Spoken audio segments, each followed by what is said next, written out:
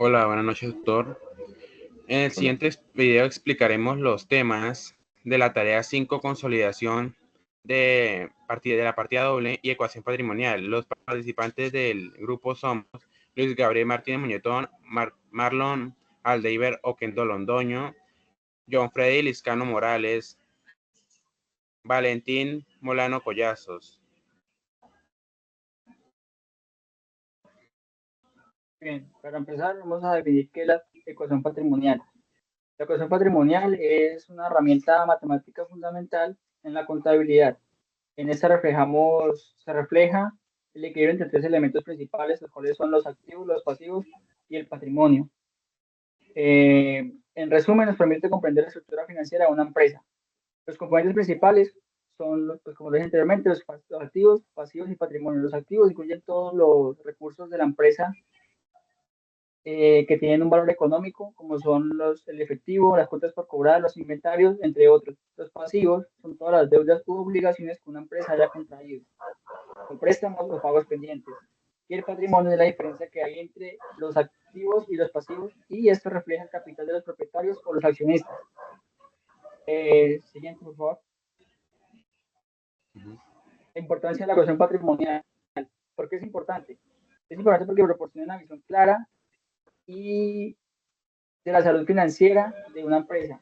Nos permite evaluar si los recursos disponibles son suficientes para pagar todas las obligaciones y también conocemos el valor real del negocio para que los accionistas tengan una visión clara de cómo va la empresa. Gente.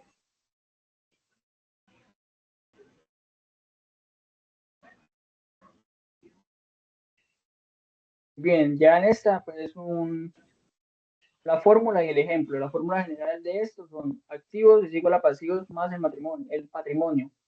Un ejemplo práctico sería que una empresa tiene activos por 500 millones y pasivos por 200 millones. Su patrimonio sería 300 millones. ¿Por qué? Porque, como ya lo vimos en la fórmula general, entonces asociamos los valores. 500 millones es igual a los pasivos que tiene a los activos que tiene la empresa. 200 millones es igual a los pasivos y 300 por el patrimonio, que es el resultado neto de esta diferencia. Correcta. Muy bien, muchas gracias. Los activos, como mencionó el compañero anteriormente, los activos son todos aquellos recursos que posee la empresa o persona natural como resultado de las adquisiciones de las cuales espera tener un beneficio económico a futuro. Los ejemplos que podemos tener en activo dentro de una empresa son el dinero en efectivo, las cuentas por cobrar, las propiedades y la maquinaria. En el plan único de cuentas encontramos a los activos bajo el número 1. Y bajo esto se encuentran las diferentes clasificaciones como lo son la 1110 banco, la 1105 caja. Los activos se pueden clasificar o se pueden dividir en tres categorías según diferentes criterios y según su naturaleza. Según su liquidez, en este encontramos los activos corrientes o, o circulantes.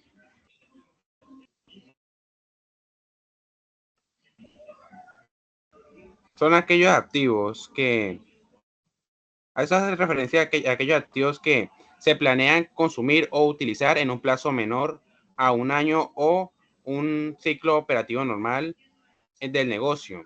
Los activos no corrientes son aquellos activos que no se planean utilizar en un corto plazo, sino que están diseñados para generar beneficios a largo plazo, generalmente superior a un año. Según su naturaleza física, existen los activos tangibles, que son aquellos activos que la empresa posee, puede manipular y tocar. ¿Cómo existen los activos intangibles, que son aquellos activos que no tienen una forma física, pero aún así poseen un valor monetario dentro de la empresa? Estos pueden ser franquicias, patentes, etcétera. Los activos operativos son aquellos activos que están directamente involucrados en las actividades principales de generación de ingresos o producción. Son todos aquellos activos que están involucrados en la producción dentro de la empresa. Y los activos no operativos no están relacionados con la actividad principal de la empresa, pero que generan ingresos adicionales o pueden ser mantenidos como inversiones dentro de la empresa. Los pasivos constituyen a las obligaciones financieras que posee la empresa o la entidad con terceros.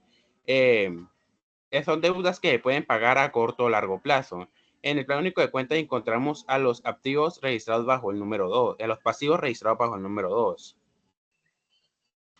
Estos se pueden clasificar según su plazo de vencimiento y su naturaleza. Según su plazo de vencimiento, tenemos a los pasivos corrientes o pasivos a corto plazo, que son los pasivos o las deudas que se deben de pagar en un plazo menor a un año o un ciclo operativo. Y están los pasivos no corrientes o a largo plazo, que son aquellos pasivos que no tienen una fecha fija para su cancelación. También tenemos, según su origen, a los pasivos financieros, que son las obligaciones relacionadas con la financiación de la empresa para generar, generalmente para adquirir u obtener recursos monetarios. Estos pueden incluir préstamos bancarios o abonos por pagar. También tenemos a los pasivos operativos, son las obligaciones relacionadas con los activos diarios de la empresa, con las actividades diarias de la empresa, necesarias para obtener y mantener el negocio en marcha. En estas podemos encontrar los sueldos por pagar o cuentas por pagar. Por último, tenemos según su naturaleza. En estas encontramos los activos contingentes, que son posibles obligaciones o posibles deudas que una empresa podrá tener en futuro, dependiendo de que ocurra o no ciertos eventos. Estos no se registran como tal en el estado de situación financiera porque son gastos que se prevén a futuro pero todavía no han ocurrido. Tenemos el patrimonio. El patrimonio, como ya lo mencionó anteriormente el compañero, es la resta entre los activos y los pasivos. Es el equivalente a pagar las deudas que posee la empresa y mediante este podemos obtener el patrimonio. Aquí tenemos un ejemplo de activos, pasivos y patrimonio, también incluyendo la ecuación patrimonial. En este nos dicen que Mateo desea construir una empresa automotriz llamada Motores La Calidad, dedicada a la compra-venta de vehículos y repuestos.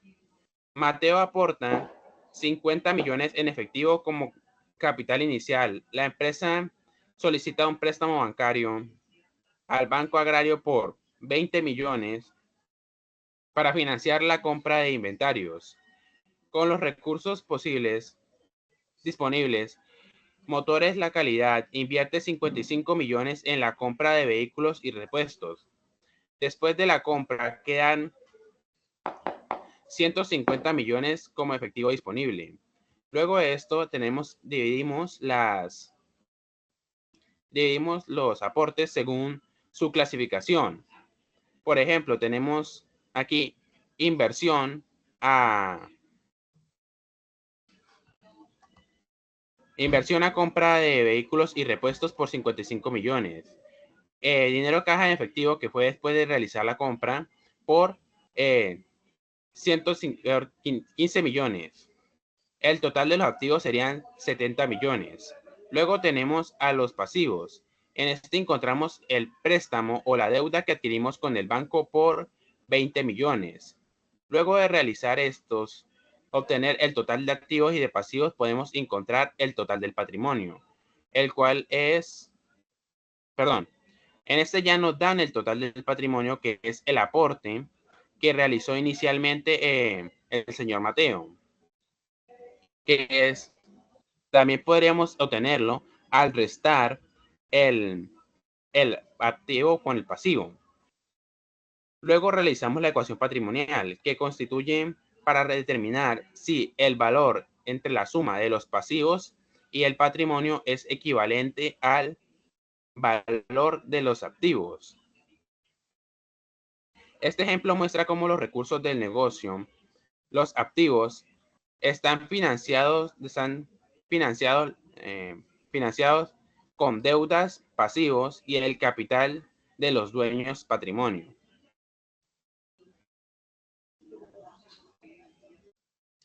Bueno, entonces como pues podemos ver, ya pasamos al tema de que son los ingresos.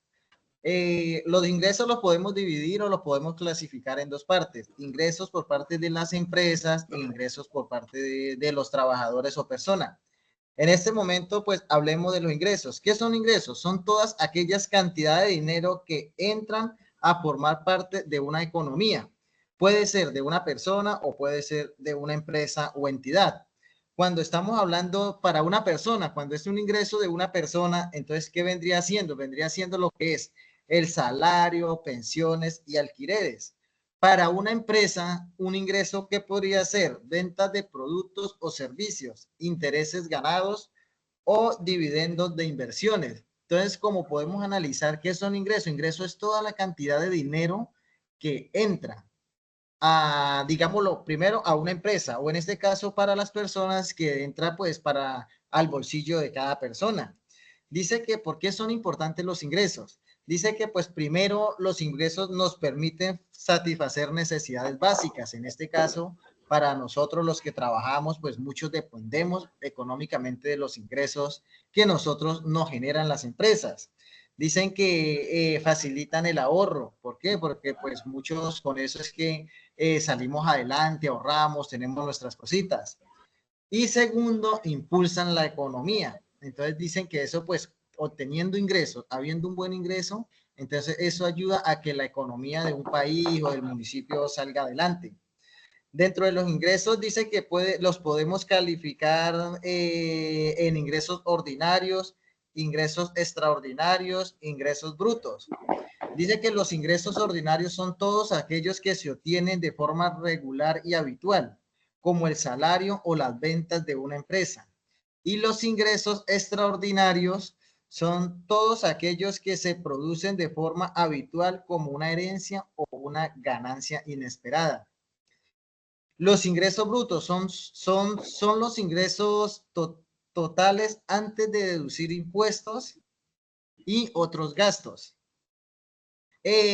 También, pues, como podemos ver, hay diferentes tipos de ingresos. Como los mostramos acá en las diapositivas, están los ingresos públicos, que son para entidades públicas, entidades privadas, ingresos ordinarios, extraordinarios, ingresos fijos o brutos. De igual manera, pues, es como lo más esencial de la parte de ingresos.